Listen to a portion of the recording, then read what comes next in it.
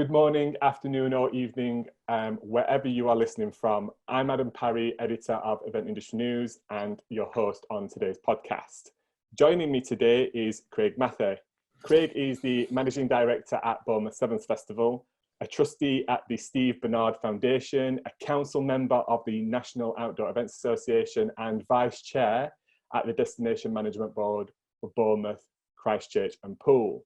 Craig, welcome to today's podcast. Yeah, good morning. Thanks for having me along. Good to see you. No, very welcome along. Craig, I think where I'd like to start is just how you got into the events industry. What was your first foray into the events sector? Yeah, of course. So I kind of knew from a very early age that I wanted to be in events. I was quite an organised kid, and always kind of, even amongst my mates when I was younger, always was the one that seemed to organise socials and gatherings, and going through school, just kind of organising fundraisers and all that kind of stuff. I always kind of knew that that's kind of where I lied. So yeah, I went to university after leaving Bournemouth School and studied kind of sports management. Sports is kind of my other passion, I guess, and I've always loved playing, watching, listening, digesting sport in kind of every fashion possible. So I went to university in Plymouth and studied sports management with elements of events management in there as well. Graduated, had a great 3 years, and then did what all graduates do and went to work in a pub, which I did for a little while. And for the whole time I was doing that, kind of trying to find my way in events, volunteering wherever I could. I think for me that kind of stands out as one of the things that you really need to do to make your way in events is just get experience, any experience you can get from whatever you do. And then I was very lucky to, after kind of looking around for event experience, I applied for an internship, a voluntary internship at Cancer Research UK in London, on the Bobby Moore Fund, which is a specific part of Cancer Research UK, all kind of obviously in the name of the World Cup winning captain, Bobby Moore. And it was an amazing experience, 3 months kind of unpaid work, but just probably the best thing I could have done at the time of putting my name out there. And it kind of taught me a lot about kind of the sector. And yeah, as I said, that voluntary experience is really, really key. And simultaneously alongside that, I was a friend of mine sadly passed away when we were 18, and we set up a foundation in his name, and slowly we were kind of building that up, organising more and more events as well. So it's amazing kind of the background I think that kind of whole side of the industry has given me in terms of creating events. I mean, I'm a big believer that events, big, small, they all require the same skill set, often to kind of a bigger or lesser degree, but it's the same skills. So yeah, I worked my way through that, and then was very fortunate, sort of aged 24, to go and knock on the door of Roger Woodall, who owns Bournemouth 7’s Festival, along with his wife Fleur, and said, "Can I have a job?" And they were in their kind of early years, and he took a bit of a gamble on me. I took a bit of a gamble on him as well. They didn't have a huge amount of money at the time to pay me, and I took a pretty big pay cut, but it was to do something that I knew I wanted to do. And my mum's always said to me that if a decision doesn't feel like it's really a decision, then it's the right one. So I kind of left the pub trade, and went to start as national events manager at Bournemouth 7’s. And yeah, that was almost 10 years ago now. So it's been an amazing journey and something I've absolutely loved. That is an amazing story, mate. I think there's a couple of things I've taken away from that. One, it seems to be that everybody in the events industry has to do a stint in a pub. I think that's like mandatory, isn't it? And if you haven't, it's probably coming. So and that is a great experience in terms of that environment, customer service, fast pace. You know, it's events as well, like birthdays and weddings and all that kind of stuff happen within that environment. So if you are an event management student and you listen to this, don't be afraid to go and work in the pub. It's very good experience, and I found that too myself. I've done a stint in a pub. 100%, yeah. Yeah, I The think other, it. I'm sorry. sorry, Greg, go on. Yeah, no, go on. Yeah, no, I was just going to say that I think that kind of pub piece is vital. I mean, when you're dealing with someone that's had a few too many sherries, they're being wholly irrational and they don't want to leave, or they don't want to, or they're misbehaving, or you can't serve them anymore, and you've worked through dealing with those issues or dealing with kind of serious incidents and stuff like that. That's an amazing grounding for learning about what events is like, and there's a fair portion of events that kind of mirrors that. So that kind of whole health, safety, planning, licensing piece, you get a really good understanding of that through pub management and even working in pubs. So 100%. I look back on that time as really kind of formative part of my career, and jokingly you can kind of say, well, actually it's just something you fall into after work. Actually, I think as a country we probably don't give the hospitality industry the credit it deserves for the skills that it kind of creates, and seeing people talk about it as low skilled work I think is really kind of disparaging. Really, it's just not accurate. It's an amazing skill set in terms of dealing with people, dealing with issues, resolving things, and problem solving. And my skills in problem solving, which I've used significantly over the last few weeks and months, all can find their kind of grounding in that environment. So I think it's really, really important that we give hospitality some love and consider it a route into either higher positions within hospitality or within other industries like ours.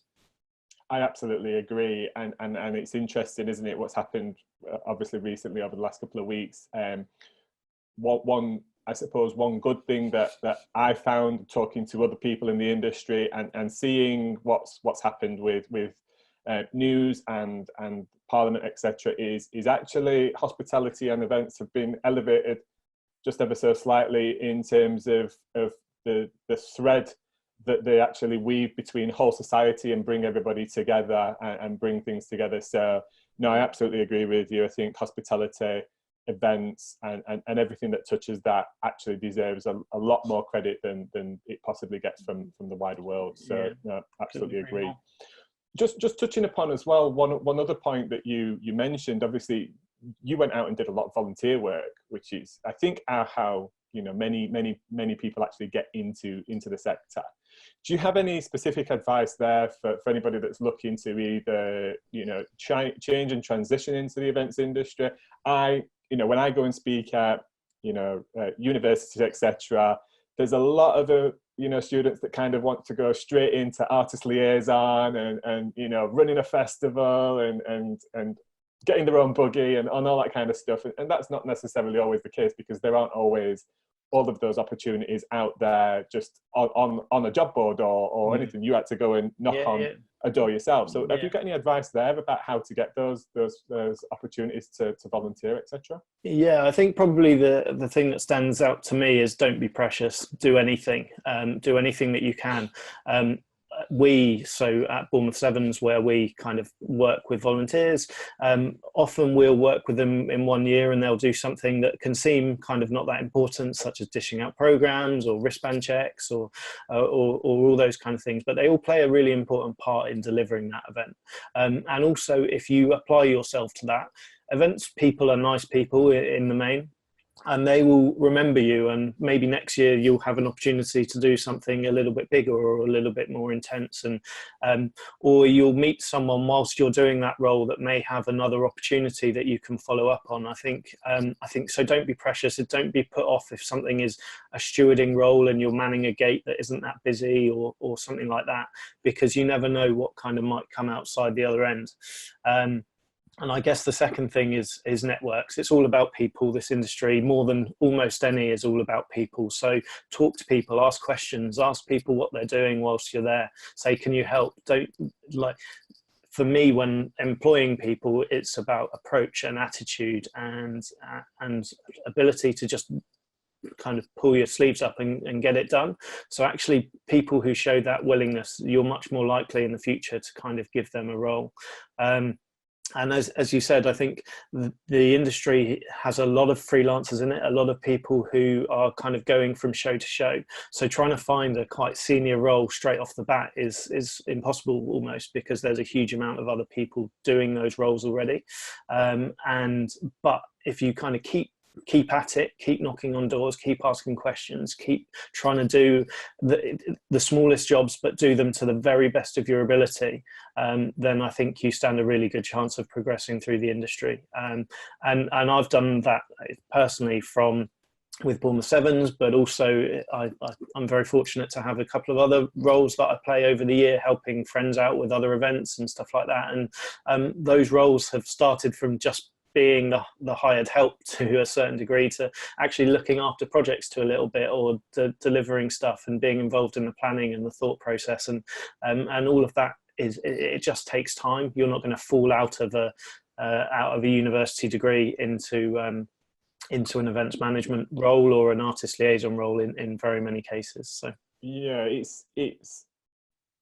it's very much about experience and lots of skill sets, right? You know, and that's actually why it's good to have experience doing other things outside of event management as well, or maybe helping and working with suppliers, or doing a stint with a health and safety company, etc. Because those skills are your knowledge, and that's actually what gets those artist liaison or managing director positions at Bournemouth 7's festival, right? It's your experience, it's your knowledge, and in some cases it's actually your network as well. It's the people that you can call upon to help you facilitate the role and the project that you've got on at that time. So yeah, I think that's great advice. Is don't dismiss anything, right? Don't dismiss any opportunity. Look at it as an opportunity to kind of absorb and soak up the experience of those people that you're going to be working with, and then apply that to roles and applications for jobs and stuff going forward.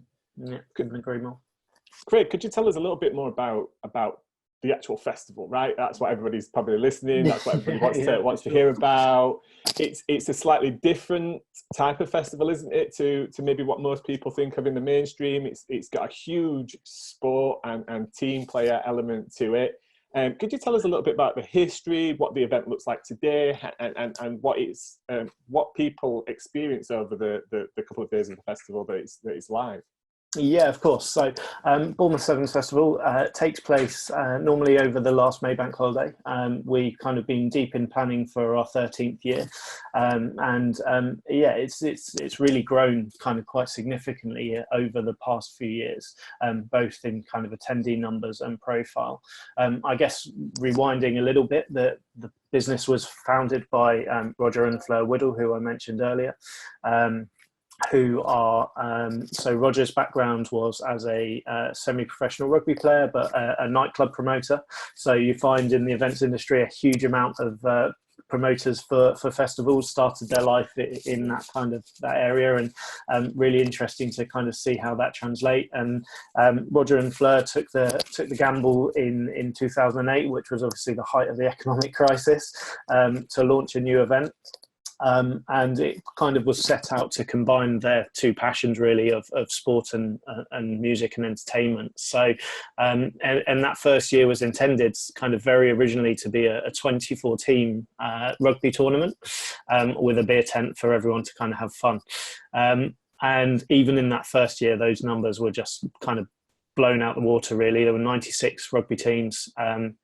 It was just blown away by the number of people that were kind of interested in the event and wanted to kind of take part, really. So had a few thousand people through the doors, and just an amazing success, really. I mean, Roger talks quite openly about the challenges of an outdoor event. He'd gone from putting something on in nightclubs where you have fixed walls and security and toilets and water and electricity, all of those kind of bits, and the thing of going into a field and having to deliver that where you've literally got grass and not much else. And he talks quite openly about kind of estimating a budget of about 100k to put it on, and that being ending up at about 300k, and just being like, Christ, where am I? This is absolutely unbelievable amounts of money. So I guess the full credit goes to both Roger and Fleur for the idea, for putting their house on the line, because if you go back to most of these where these events started, someone took a huge amount of personal risk. They put PGs, personal guarantees, on their event succeeding, and they take that gamble. So everything that kind of comes back to them after that as a result of the work and what they do is credit to them, really. So I guess that's where we started in 2008, and Roger and Fleur did it pretty much by themselves for the first year, but they appointed their first member of staff about a few months out from the first event, who was my first boss when I started, and collectively and collaboratively they worked together to achieve an amazing few years. And I guess from there, it's grown kind of year on year. We have, as I said, we have a full-time team of 7 now. Obviously, it's Bournemouth 7’s, so that's like the law. But does that mean you can't have another employee now? It's like, yeah, I ask frequently, and I get told, no, it's 7. That's all it can be. So no, in all seriousness, it's a really kind of tight, amazing team. Who we all absolutely love it. I think that's the thing that kind of really stands out about what we do and what we deliver. And the business started with a phenomenal idea, but it's really been honed by the efforts and the kind of capabilities of that team that have kind of pulled together over the last few years to deliver it. So we now see about 5,000 people playing sport. Across 400 teams, playing rugby, netball, dodgeball, hockey and volleyball. Very purposefully pick those sports. They're sports that have a touring mentality, so people are used to going away together to take part and compete, and those teams take part in about 1,600 matches over 2 days. So that's a huge kind of scheduling opportunity, and a huge amount of work goes into that. And my colleague John looks after the kind of coordination of refs, of umpires, of all of those pieces. And fortunately, the grounds that we host our event at, which is Bournemouth University, is owned by Bournemouth University, but is a purpose-built sporting facility. So that brings some amazing opportunities in terms of the quality of the grounds and the facilities, but also some unique challenges that you maybe don't see in agricultural kind of fields that are used for the balance of festivals. And then I guess around the sporting activity is a host of kind of entertainment arenas. Roger, from the very first year, said that this was going to be a festival. In the first few years, it probably wasn't quite a festival, but now it genuinely is. And over the past 5 years, probably we've really escalated that. So there's 12 different themed festival arenas, and we now see people that come to the event not just because of the sport, but also just to enjoy the entertainment piece that's around it. And I guess probably the main thing to talk about with kind of a bit of a geeky events hat on is the business model is quite different to music festivals, because we're not about headline acts per se.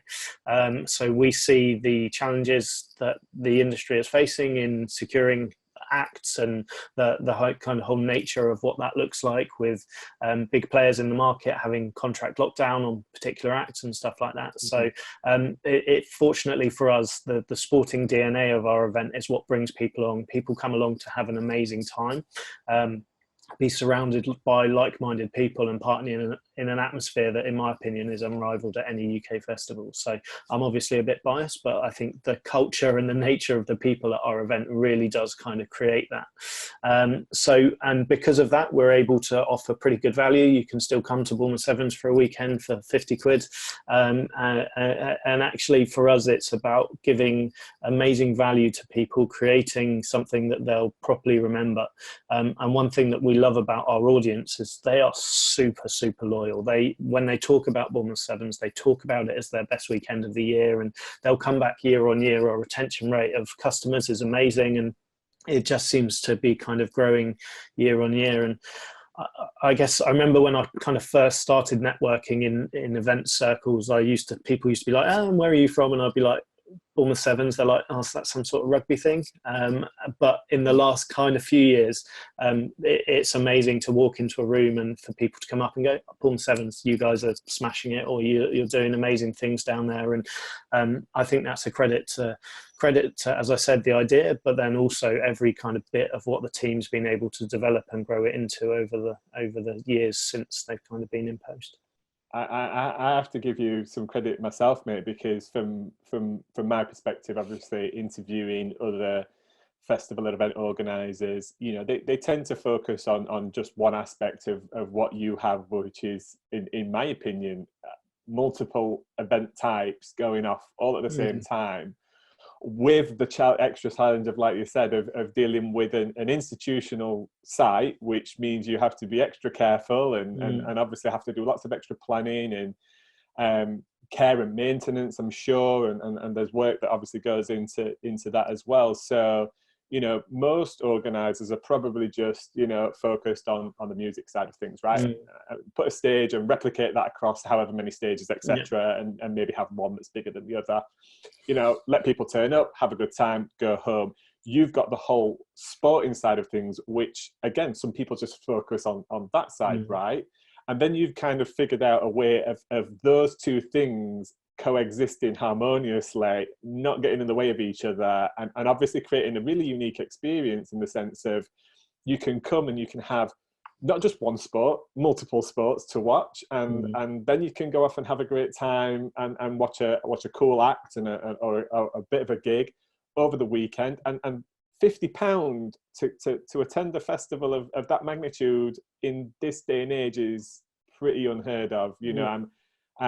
Most organisers, I think, would have leveraged or tried to leverage a much higher ticket price for that. So the accessibility element of it, in terms of the local community, and obviously people from far and wide, families, extended friends, and stuff that want to come and see those teams play and stuff. You know, you've got this perfect mix, the perfect storm of event types all going off in one go. So if anybody's listening and has a passion for sport and a passion for music, or is a promoter that plays football or rugby or something like that, Craig is your guy to speak to about how to turn that into an event. Any plans to extend that Bournemouth 7's brand, go international, do something bigger? What does the future look like for B7s? Yeah, I think so. We're obviously kind of quite entrepreneurial in nature. Roger, who I mentioned earlier, is constantly looking at opportunities, and trust me, we've looked at so many kind of different routes or avenues to replicate what we do kind of across the UK or across Europe. We've even explored Miami, and that we've done kind of a whole host of that sort of thing.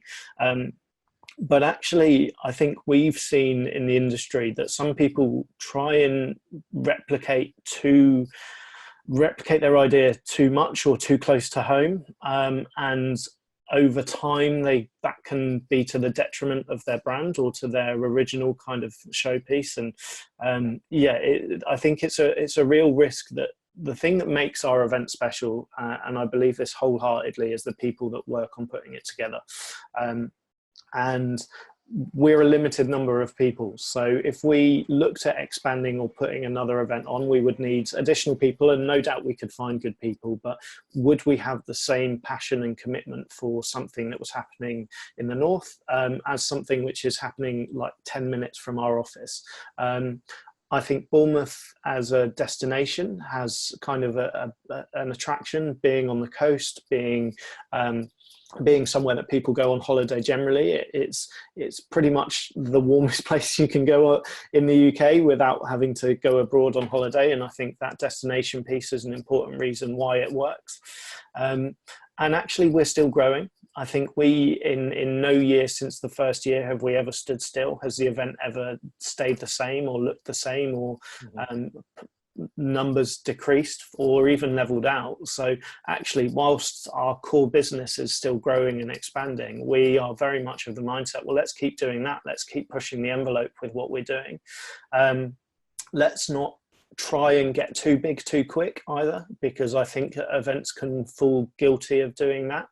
And actually that there's a risk there as well, that you maybe throw a load of money into a headline act, which brings you an extra 5,000 people one year, but then the year after that, you can't sustain that because you can't replicate the act, or the booking doesn't quite go the same. Yeah. So we're about incremental and organic growth, and adding a sensible 10% increase, 5% increase kind of year on year, and then knowing that those people are going to have a great time. We spend as much time as we possibly can cultivating that experience.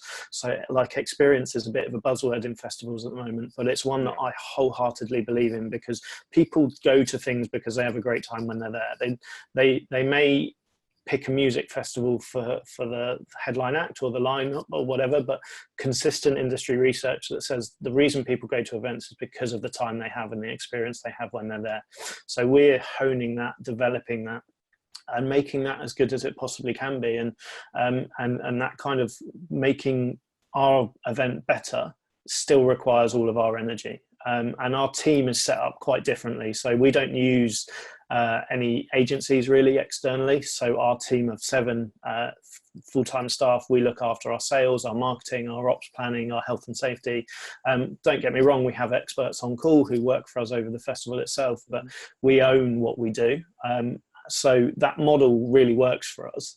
And don't get me wrong, other models work for other people, but it's working for us. So why for us would we kind of challenge that?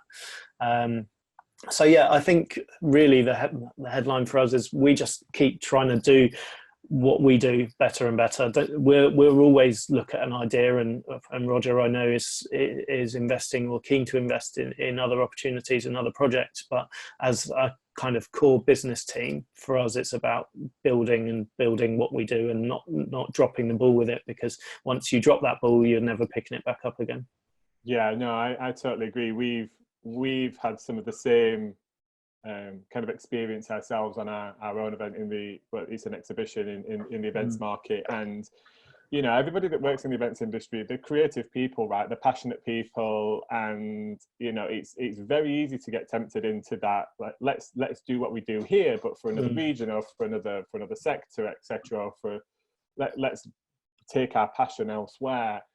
But actually, when you look at some of the pinnacle events, as I call them, the Glastonburys, the South by Southwest, these events that you hear and are those that have headlines around the world, they don't do other things. They don't replicate Glastonbury in the States. They let the guys that run Coachella do that and do it well for that region and all that kind of stuff. I think many organisers fall into that trap maybe a little bit too quickly, and head into things a little too hastily off the back of a few years of success. Overstretch the team, maybe drop the ball ever so slightly, because now their attention is on 2 things rather than just one thing, right? So I think that's absolutely the right way to go. It obviously works, and I think to keep those customers coming back, to keep those attendees coming back, and to grow that event incrementally is the right way to go. It doesn't pile loads of pressure onto the team. You're not faced with lots of new challenges, etc. So that's really good to go. Really good to hear, should I say? Just talking about this year, though, you've obviously had some extreme challenges that have been thrown your way. The news has been announced that you announced it on LinkedIn that you have decided to postpone the event till later in the year due to the coronavirus and COVID-19 and the challenges that's facing the UK economy at the moment. I suppose I'd really love to hear from your side 2 things. One is obviously how your team have managed that process with venue, contractors, suppliers, artists, etc. in moving all of that. And also how you've communicated that out to your audience. How has that been managed from a marketing and comms perspective? I appreciate that might not be directly your sole responsibility, but I'm sure you've been involved in that. Yeah. So if you could just cover off those 2, I think that there's lots of organisers now that are looking at doing exactly the same. Have never faced this before, might even be brand new to the events industry, and have only just launched an event recently in the last year or 2, and are now faced with they cannot deliver their event as planned. So what's your experience there? Yeah, I guess first and foremost, it's about with this, it's about appreciating the grandeur of the situation. So we've been very mindful and respectful that coronavirus is impacting everyone. It's across not just the country but worldwide, and I think we have tried to remain focused on our own business and what we can do to kind of counteract the impact, but also being very mindful and supportive of the wider effort to tackle it as a society. And I personally hope that one of the things that comes out the back of this is that society will reset itself a little bit and adjust what's important, and kind of what that kind of selfish ideology of maybe social media and stuff like that may kind of just take a little bit of a sideways step for us to have a real kind of community spirit to achieve things together. And so I think from our side, we see that the people out there counteracting and on the front line against this virus, they're the real people that deserve all the credit for this, and we kind of support that wholeheartedly.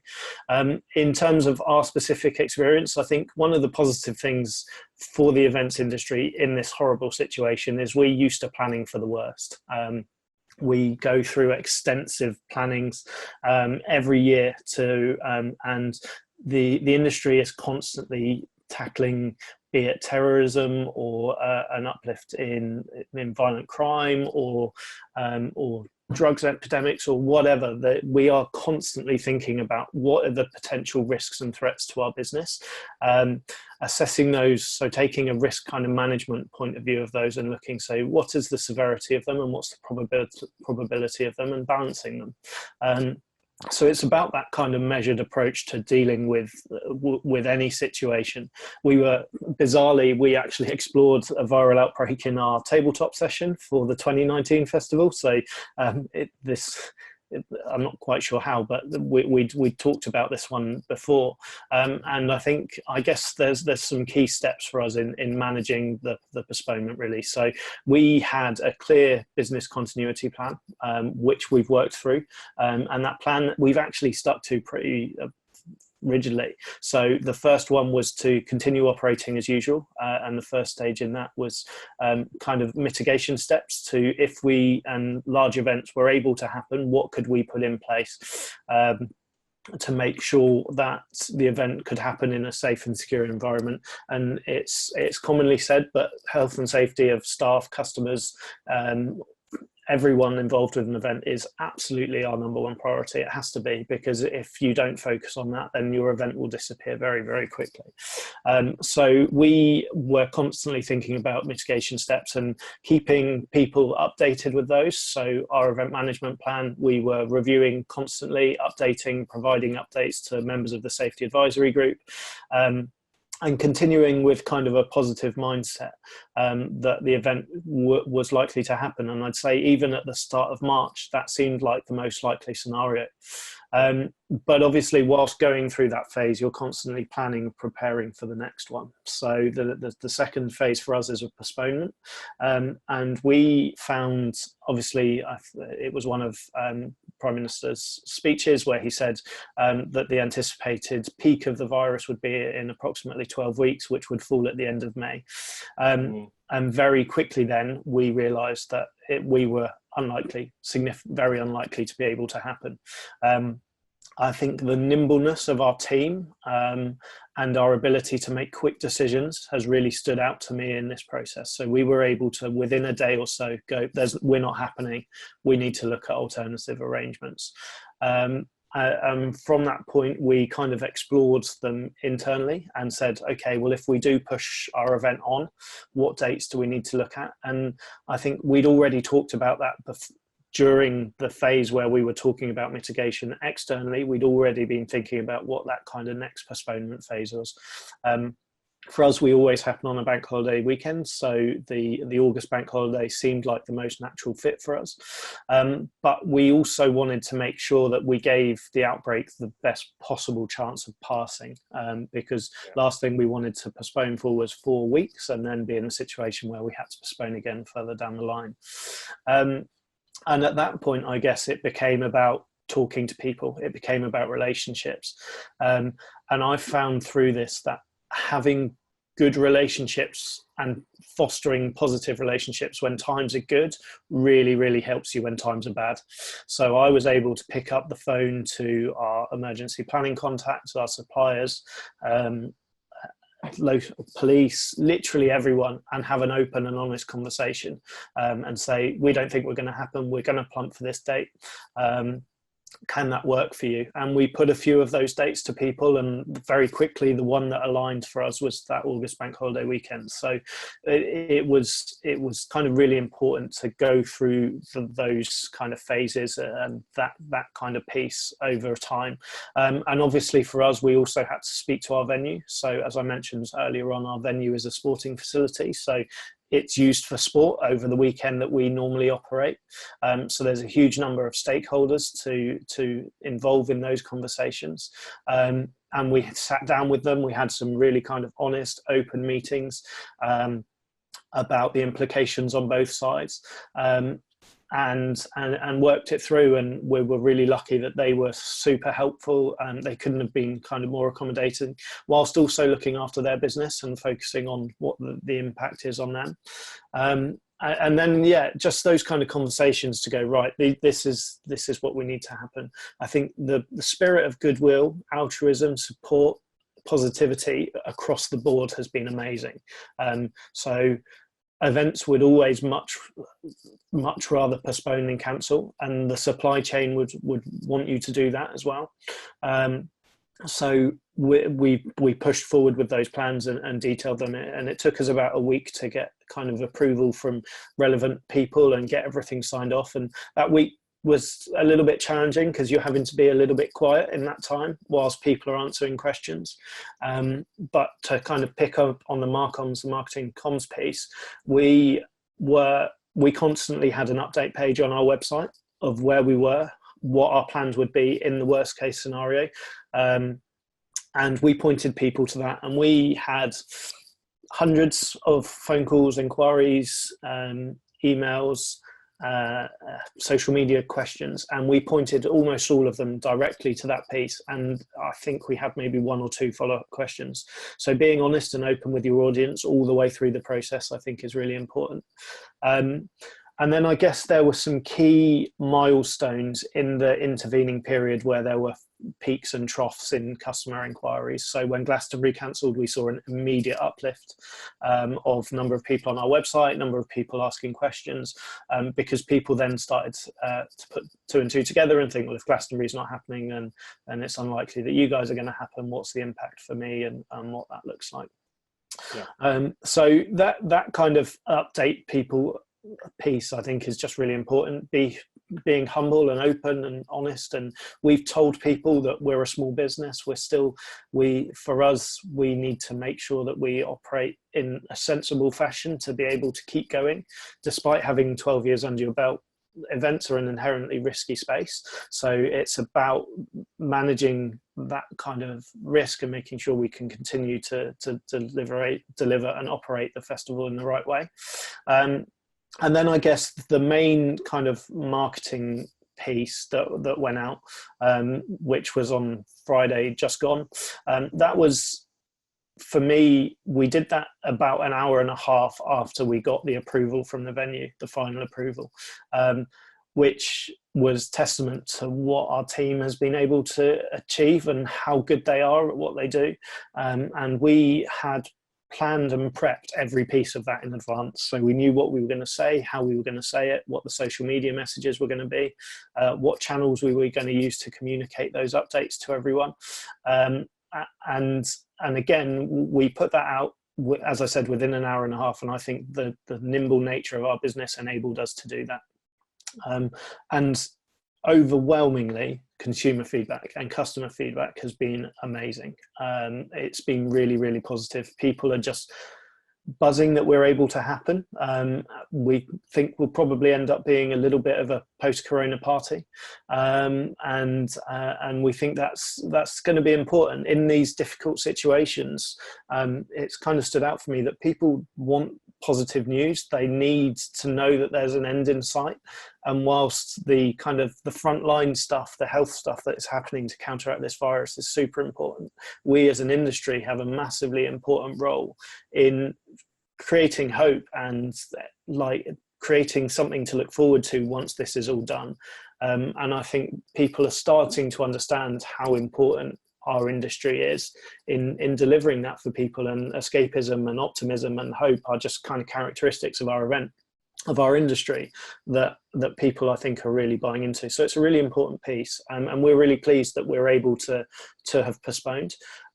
We keep our fingers firmly crossed that the outbreak unfolds as we hope it does, because there isn't certainty on that at this stage. And obviously through this period we're planning for what happens if the August event can't happen. That's natural, but that's just phase 3 of the plan that I talked about earlier. So it's well considered, it's well thought out, and it's well balanced. But as I said, we just have our fingers firmly crossed that we're able to deliver our 13th festival in August, and it's the best one that we've done yet. Yeah, I think there's a lot that people can learn for there, and just picking up on one thing you say about the post-corona party, that's definitely going to be a term that we're here in the industry. In fact, I wonder if in 10 years and I'm still sat here doing this podcast, and I ask the same question to somebody in the future, how did you get into this industry? I wonder if they're going to be like, well, you remember that virus, and then everybody wanted a party, and I kind of did this thing, and music and beers, and all of a sudden they're running a Bournemouth 7’s. I wonder if that's actually going to be a thing. Craig, there's quite a lot of information there, and thank you for sharing that with both myself and anybody listening to this. I think there's a few key learnings, and we're looking to get this podcast out that we're recording now this week, so it's very, very timely. If I could ask you though, if there was one key piece of advice to anybody looking to postpone or possibly even cancel their event at this moment in time, could you reiterate that, or could you explain what, from your point of view, what that one piece of advice would be, what that one key thing would be? Yeah, I think clear, open, concise communication with people that you've built strong relationships with, be those your suppliers, your contractors, your venue, or your customers. It's about clarity of thought, clarity of message, and making sure that is done perfectly throughout. This isn't an exact science. I think one thing here is that no one is operating or reading a rule book in this regard. So we don't have past experience of this really. So everyone's learning, but the principles of strong and good event management still stand. But just make sure you talk to people. People are what make our industry work, and what will make our solutions to this instant kind of work as well. That's brilliant, mate. And I think that brings me really nicely onto my next question. I suppose my final question for you, and something we've talked on a number of occasions about, and another huge topic, not only now in the industry, but that has been for a while, which is the mental welfare of our whole industry, employees, family, relationships, etc. You're currently trying to launch a project with Mind, if I'm correct in saying that. Could you tell us a little bit more about that project, why it's important to you, and possibly even if there's ways that people that are listening to this can get involved and help support that project going forward if it's successful? Yeah, for sure. So I think one of the things about the coronavirus outbreak is it's highlighted kind of more than ever the kind of pressures that people within our industry are facing. And that's kind of right across the board, from promoters and organizations to freelancers that all of a sudden have seen their job book empty.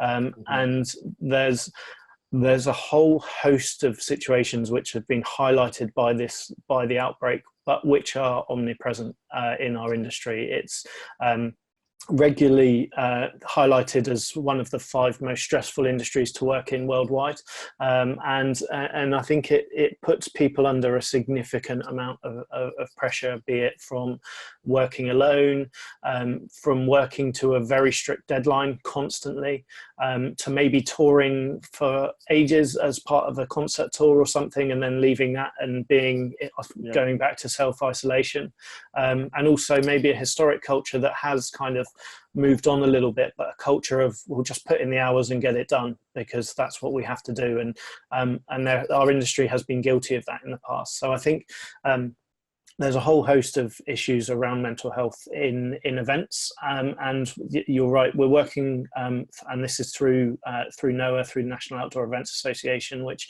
I sit on the general council of, and working alongside Mind. So we've got a project, and it's definitely in the formative stages. It's something we're working through at the moment, and hopefully more information will be kind of forthcoming about it in due course. We're going through some funding rounds with and trying to get some funding support for this, and hopefully more will come out over time. But what we want to do is effectively replicate something that Mind have done in construction and in emergency services, where they create a tailored training package for the events industry, which focuses on those kind of key issues, as I mentioned, of self-isolation, pressure in the work environment, and create a welfare piece and a training tool that can genuinely support businesses in managing and dealing with that. Because I think there's a willingness and an interest in doing so, but trying to work out and formalize exactly what that is can be really challenged. And I think from a personal point of view, I've seen and felt the pressure of delivering events, and what it feels like when things are about to go kind of badly wrong, or you fear that they might, and long 18, 19-hour days to make events come together. And I think everyone hopefully listening to this podcast will have some kind of understanding of what that looks like. So yeah, the project of mental health in events, it's about us trying to kind of create cross-industry consensus on what that looks for, and what that looks like.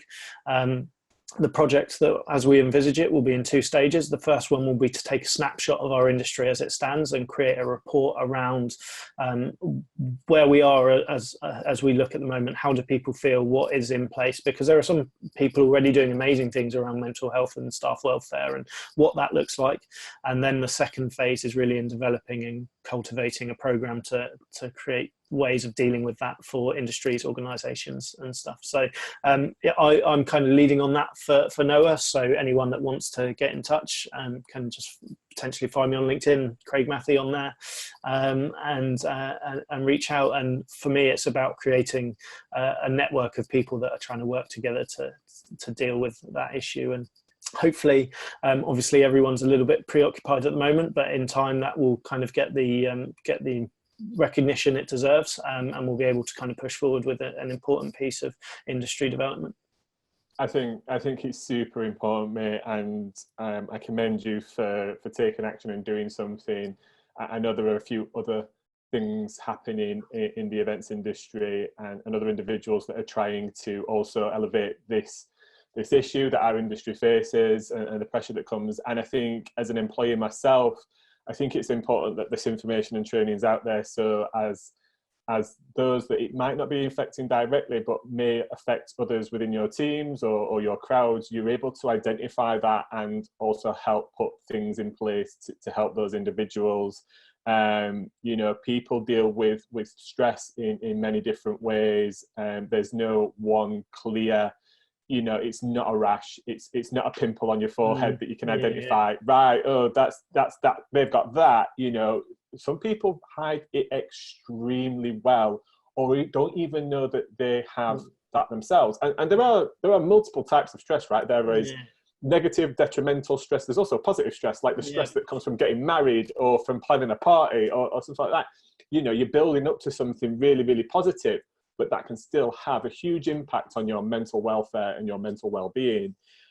So yeah, I think it's super important that we all become extremely knowledgeable ourselves as employers, as individuals, so that we can identify and take action to remedy that before it gets to a point where, you know, it's the damage is done. or a considerable amount of damage is done. So guys, if you're listening, do follow Craig on LinkedIn, reach out to him. Is there anywhere else that people can kind of connect up with you, Craig? Or is that the best place? Yeah, no, I'd say that's probably the best place. I think obviously for anything Bournemouth 7's related, the social media channels for Bournemouth 7's and bournemouth7s.com are a really good place to look for that. And we would really encourage anyone that hasn't been to the event or seen it to maybe come down and give it a go. If you like sport and you like music, it'll be an amazing weekend, which we can pretty much guarantee you'll love.